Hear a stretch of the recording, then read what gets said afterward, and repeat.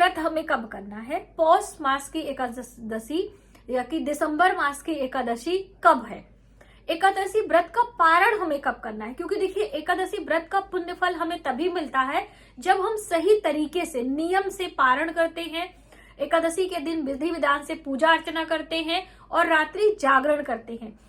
पूरे वर्ष में 24 एकादशी होती है और एक शुक्ल पक्ष में एक कृष्ण पक्ष में, यानी एक महीने में 2 एकादशियां आती हैं। अधिक मास की एकादशी मिलाकर 26 एकादशी भी हो जाती है और अपने आप में सभी एकादशियां बहुत ही शुभ और फलदायी होती हैं। तो हर लोग अपने अपने तरीके से एकादशी रखना चाहते हैं। बहुत सारे लोग पूरे वर्ष में सिर्फ ज्येष्ठ मास की एकादशी होती है जिसे भीमसेनी एकादशी कहते हैं या निर्जला एकादशी, वो रख लेते हैं। तो देखिए आप कोई भी एकादशी व्रत करें लेकिन व्रत के नियम का पालन अवश्य करें, तभी आपको एकादशी व्रत करने का पुण्य फल प्राप्त होता है। जैसे कि एकादशी व्रत करने के 2-4 नियम बहुत आवश्यक है। आप कोई भी कर रहे हो, 1 कर रहे हो, 2 कर रहे हो या शुक्ल पक्ष की, कृष्ण पक्ष की, बहुत सारे लोगों की मान्यता ऐसी है कि सुहागिन स्त्रियां कृष्ण पक्ष की एकादशी का व्रत नहीं करती हैं, लेकिन ऐसा कुछ भी नहीं है। भगवान श्री कृष्ण ने गीता में स्वयं कहा है कि एकादशी व्रत करने का कितना पुण्य फल मिलता है। और उस दिन एकादशी के दिन यदि आप भगवत गीता का पाठ भी करते हैं, वो भी आपके लिए बहुत ही अच्छा होता है। गीता के 11वें अध्याय का पाठ करने का बहुत बड़ा पुण्य फल बताया गया है। तो यदि आप एकादशी का व्रत नहीं भी कर रहे हैं तो उस दिन कुछ खास चीजें करें, जो कि आगे हम वीडियो में बताएंगे। लेकिन अभी हम जानते हैं कि पौष मास की कृष्ण पक्ष की एकादशी, जिसे सफला एकादशी के नाम से जाना जाता है, और इसके नाम से ही आपको प्रतीत हो रहा है ये सफलता दिलाने वाली है। हर क्षेत्र में आपके सफलता मिलने वाली है यदि आप पूरे विधि विधान से भगवान विष्णु की पूजा इस दिन करते हैं। जैसे उत्पन्ना एकादशी में आपको मालूम चला कि भगवान विष्णु का ही स्वरूप माना जाता है एकादशी व्रत का। तो इस दिन माता लक्ष्मी के साथ में भगवान विष्णु की पूजा जरूर करनी चाहिए। और भगवान विष्णु की पूजा आप सूक्ष्म तरीके से करें, पंचोपचार विधि से करें, लेकिन तुलसी पत्र अवश्य भोग में रखना चाहिए कभी भी पूजा कर रहे हो। और एकादशी के दिन तुलसी पत्र तोड़ना भी नहीं है। अब 10वीं तिथि के दिन ही, यानी कि 10वीं को रात्रि से पहले ही आपको तोड़ लेना चाहिए।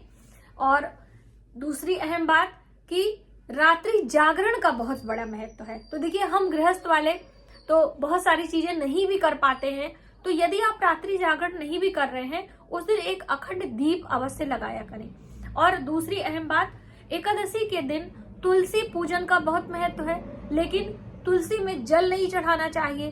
तो अब तुलसी में दीप हम लगाएं कि ना लगाएं, बहुत सारे लोगों के मन में संशय होता है। तो बिल्कुल आप तुलसी में दीप लगा सकते हैं, तुलसी की परिक्रमा कर सकते हैं।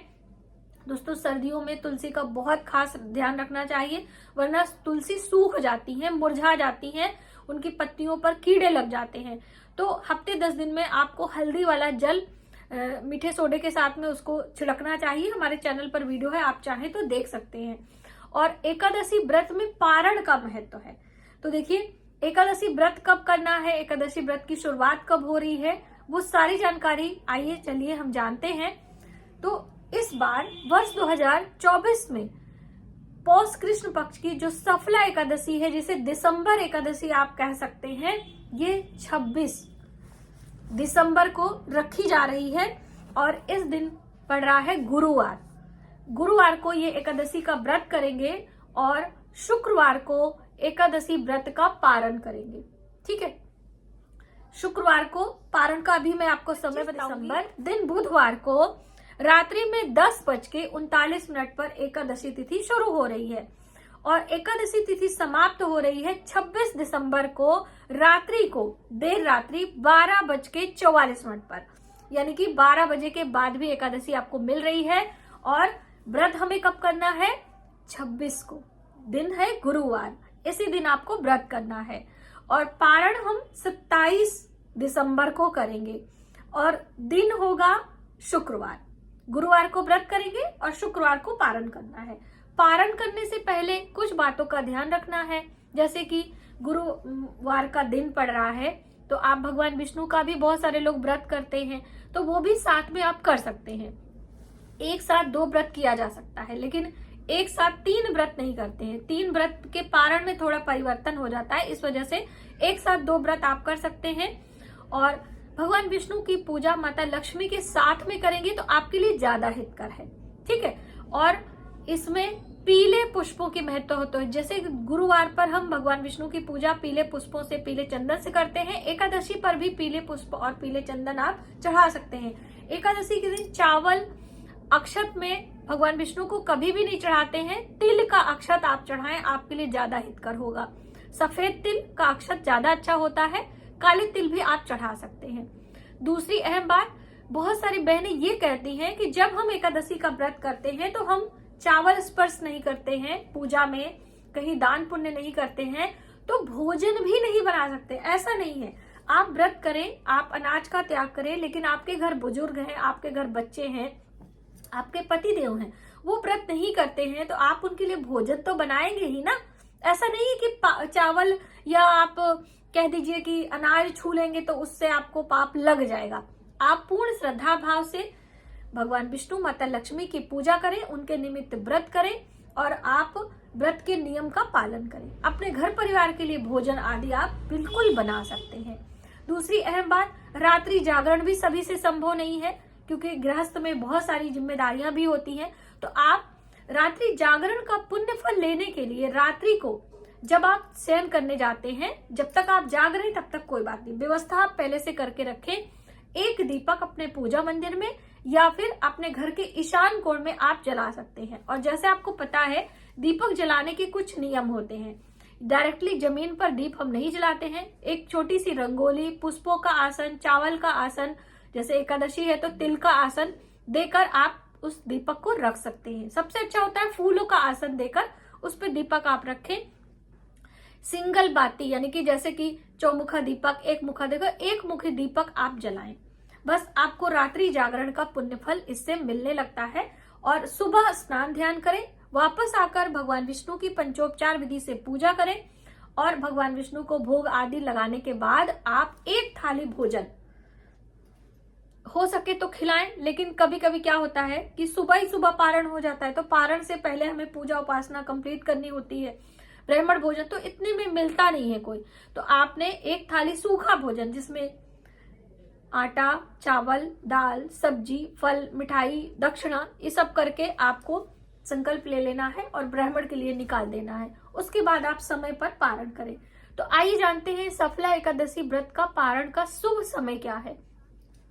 सफला एकादशी व्रत का पारण 27 दिसंबर दिन शुक्रवार को किया जाएगा। सुबह सवेरे 7:10 से लेकर 9:50 तक का पारण का समय है। इसके बीच में आप करें। तो देखिए, पारण में भी बहुत सारे लोगों को संशय होता है, जो बहनें ऑफिस जाती हैं, जो भी, तो आप टाइम ध्यान में रखें। ऑफिस जाएं, वहां पर लंच पीरियड में या समय पे आप थोड़ा सा कोई भी अनाज मुंह में रखकर व्रत का पारण कर सकती हैं। इस तरह से आप एकादशी व्रत का या किसी भी व्रत का पारण, यदि आप ऑफिस जाते हैं, आप कहीं, आप कुछ भी है, तो आप पारण समय देखकर उस समय पर कर लीजिए, भगवान का ध्यान करके। जिस भी देवी देवता के निमित्त आपको व्रत आपने रखा है, उनका ध्यान करते हुए आप इस तरह से पारण करें। पारण करने से पहले भोजन या अन्न का दान अवश्य करना चाहिए। तो आप यदि किसी सफर में हैं, कहीं ऐसी दशा में हैं जहां पर आप नहीं कर सकते, ऐसे में दक्षिणा या कोई फल वगैरह खरीद कर भी आप दान में दे सकते हैं, ठीक है। क्योंकि मनुष्य जीवन है, गृहस्थ जीवन है, अलग अलग परिस्थितियों से हमें हर दिन 2-4 होने पड़ते हैं, तो इसलिए आप ऐसे छोटे छोटे संशय को ना पालें। और इस दिन तुलसी माता के पास में एक दीपक अवश्य लगाएं। और परिक्रमा भी आप कर सकते हैं। परिक्रमा में भी देखिए, अभी कई लोग पूछ सकते हैं कि कितनी बार परिक्रमा करें, तो विषम की संख्या में परिक्रमा की जाती है। 7 बार, 21 बार, 108 बार, जितना भी आपका सामर्थ्य हो आप करें। देखिए, हम भाव से, नियम से किसी भी देवी देवता की पूजा उपासना करते हैं, उससे हमें बहुत पुण्य फल मिलता है, देवी देवताओं की कृपा भी मिलती है। यदि आप भगवत गीता का पाठ करना चाहते हैं, तो अक्सर हम आपको बताते हैं कि गीता के 11वें अध्याय का पाठ करें, जिसमें भगवान विष्णु के विराट रूप का दर्शन है, तो आप वो करें। और उसके साथ में अपने घर परिवार के जो भी आपके नियम है, पारिवारिक दायित्व है, उसको भी आप पूरा कर सकते हैं, ठीक है। इस तरह से महीने की दोनों एकादशी का व्रत करें और नियम का पालन करते हुए पुण्य फल को प्राप्त करें। हर एकादशी अपने आप में बहुत ही शुभ और पुण्य फलदायी होती है। तो आज की वीडियो में बस इतना ही। यदि हमारी जानकारी आपको थोड़ी सी भी हेल्पफुल लगे तो प्लीज वीडियो को ज्यादा से ज्यादा लोगों में शेयर करें। आने वाले वीडियो के लिए सब्सक्राइब करें। मिलते हैं एक नई जानकारी के साथ नए वीडियो में। तब तक आप अपना ख्याल रखें। जय माता दी।